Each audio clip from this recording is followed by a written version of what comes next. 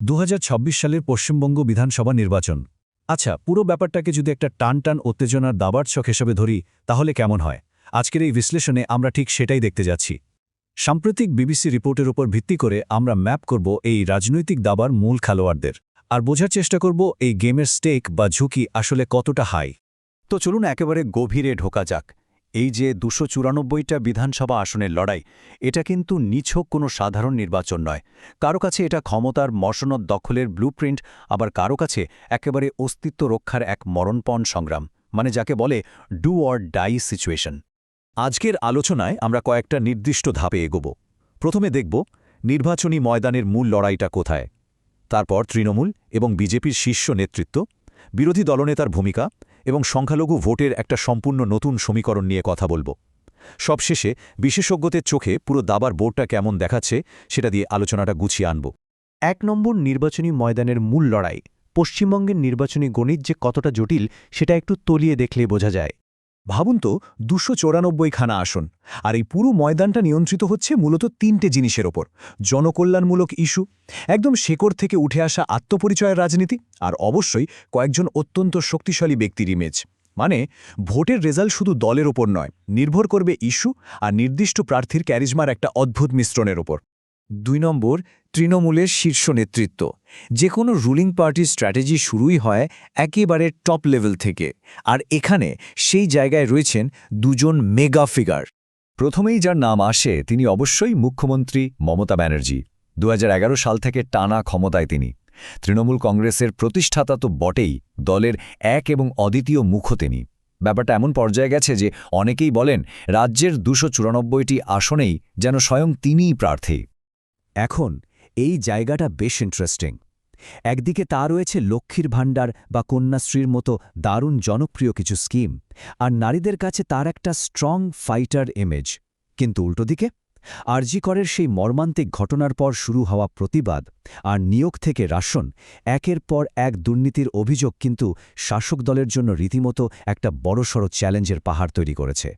এরপরই দাবার বোর্ডে আসছেন দলের second in command Abhishek Banerjee, দলের সাধারণ সম্পাদক, ডায়মন্ড হারবারের সংসদ, আর সবচেয়ে বড় কথা তৃণমূলের মূল স্ট্র্যাটেজিস্ট এবং তরুণ মুখ।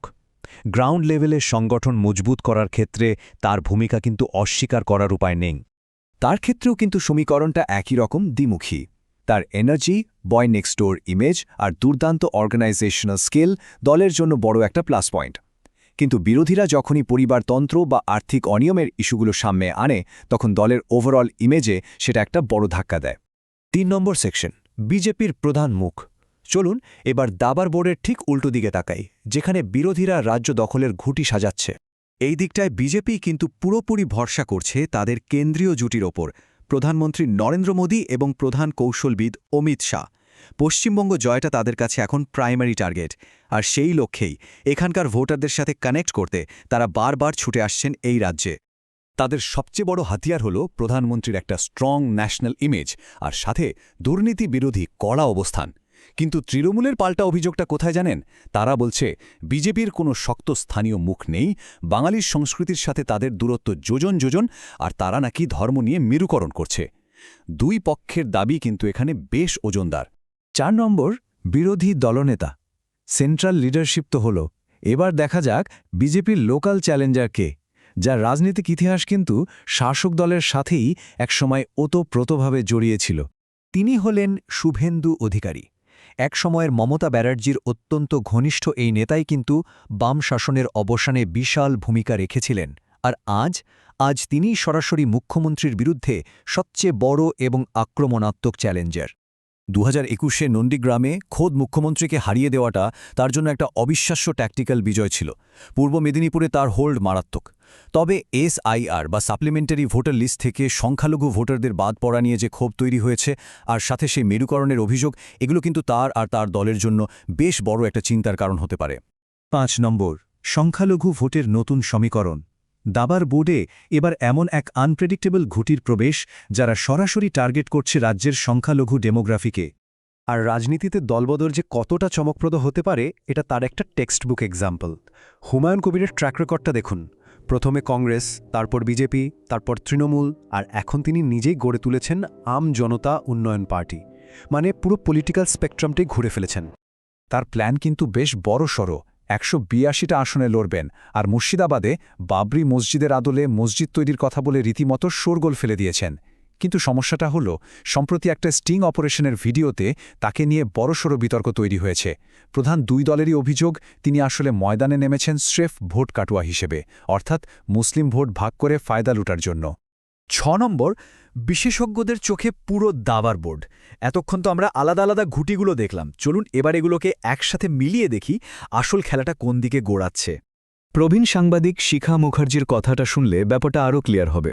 তিনি বলছেন, এই রাজ্যে বিজেপির আলাদা কোনো চেহারা নেই। আছেন বলতে শুধু নরেন্দ্র মোদী আর অমিত শাহ, আর শুভেন্দুর একমাত্র যোগ্যতা হল তিনি মমতা ব্যানার্জিকে হারিয়েছেন। এই কথাটা তৃণমূলের লোকাল পাওয়ার আর বিজেপির সেন্ট্রাল ডিপেন্ডেন্সির মধ্যে থাকা বিশাল তফাৎটাকে একদম চোখে আঙুল দিয়ে দেখিয়ে দেয়। এবার বিশ্লেষক উজ্জ্বল রায়ের স্ট্র্যাটেজিক ব্রেকডাউনটা দেখুন। মাস্টার স্ট্রোকগুলো খেয়াল করেছেন?